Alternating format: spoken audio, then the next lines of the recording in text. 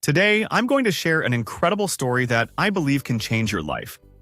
It's about Sarah, a remarkable woman who managed to pay off $100,000 of debt in just 6 months.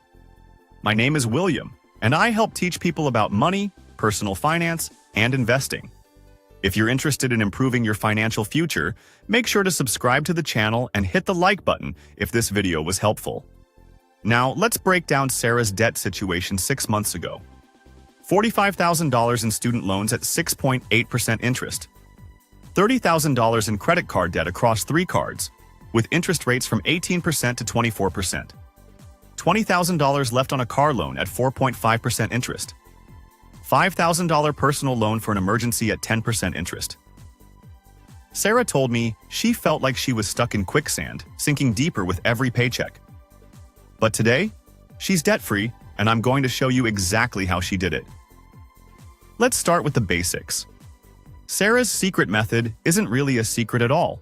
It's a combination of 3 key strategies: increasing income, ruthlessly cutting expenses, and strategic debt payoff. Sounds simple, right? Well, the devil's in the details, so let's break it down. First up, increasing income. Sarah didn't get a magical 6-figure job offer. Instead, she hustled hard. She started by freelancing in her field, marketing. She signed up for platforms like Upwork and Fiverr, offering services like social media management and content writing. In the first month, she only made an extra $500, but it grew as she got more reviews. Then, she picked up a part-time job as a virtual assistant for a small business owner. This added another $800 a month to her income. Was it exhausting? Absolutely. She was working her 9-to-5 job, then coming home to work another 3 to 4 hours each night and most of her weekends. The real game changer came when Sarah started a small dropshipping business selling eco-friendly products. She invested $500 in inventory and spent hours learning about Facebook ads. The first 2 months were slow, making only $200 to $300 profit. But by month 3, it was bringing in an extra $2,000 a month. Here's what Sarah's monthly income looked like before and after. Before: day job, $4,000. After: day job, $4,000. Freelancing, $1,200. Virtual assistant, $800. Dropshipping business, $2,000. Total increase, $4,000 per month. Now, let's talk about cutting expenses. This is where it gets real, folks. Sarah didn't sugarcoat it. This part was tough. She went through her expenses with a fine-tooth comb. Here's what she cut: Netflix, Hulu, and Spotify subscriptions. Saved $40 a month. Gym membership. Saved $50 per month. Daily coffee shop visits. Saved $100 per month. Eating out. Cut from 3 times a week to once a month. Saved $400 a month. Shopping for clothes and non-essentials. Saved $200 per month. The big one? She moved back in with her parents. Yes, at 28. It wasn't ideal, but it saved her $1,200 a month in rent and utilities. She had an honest conversation with them, explained her plan, and agreed to contribute $300 a month for groceries and bills. Sarah also sold her car, which was a 2018 Honda Civic. This eliminated her $400 monthly car payment and saved her another $150 in insurance and gas. She started biking everywhere, which wasn't always convenient, but it kept her in shape and saved her from needing a gym membership. Before: rent and utilities, $1,200. Car payment, insurance, gas, $550. Food, groceries and eating out, $600. Entertainment and subscriptions, $200. Shopping, $200. Gym, $50.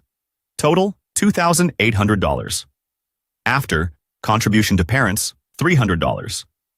Food, mainly groceries, $200.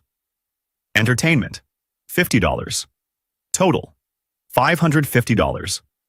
These changes freed up another $2,250 a month.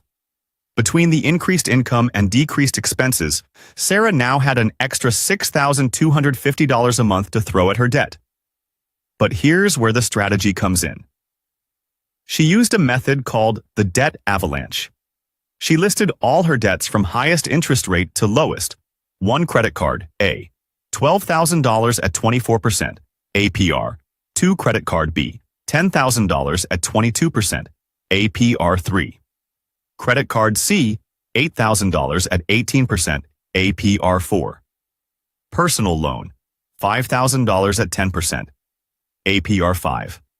Student loans, $45,000 at 6.8%, APR 6. Car loan, $20,000 at 4.5% APR. Sarah made minimum payments on everything except credit card A. Every extra penny went to that one. Here's how the first 2 months looked. Month 1. Minimum payments, $1,200. Extra payment to credit card A, $5,050. Total debt payment, $6,250. Month 2. Credit card A paid off. $6,950 payment. Minimum payments on others, $1,000. Extra payment to credit card B, $4,300. Total debt payment, $6,250. It was slow going at first, but as each debt disappeared, she had more to put towards the next one. It was like a snowball effect. By month 4, Sarah was making huge strides. Here's how the last month looked. Month 6. Only student loans and car loan remaining. Student loan payment, $5,250. Car loan payment, $1,000. Total debt payment, $6,250. Now, I know what some of you are thinking. William, this sounds miserable. Was it worth it for Sarah? And she was honest with me. There were days when she wanted to quit. Days when she was exhausted from working 14 hours. Nights when she missed hanging out with friends. Sarah missed her sister's birthday party because she was working on a freelance project. She had to say no to a friend's destination wedding. There were moments when she felt isolated and wondered if she was making the right choice. But let me tell you about the day she made her final payment. Sarah told me she remembers sitting at her computer, hands shaking as she typed in the amount. When she hit submit and saw her balance hit 0, she burst into tears. The feeling of weight lifting off her shoulders was indescribable. For the first time in years, she felt free.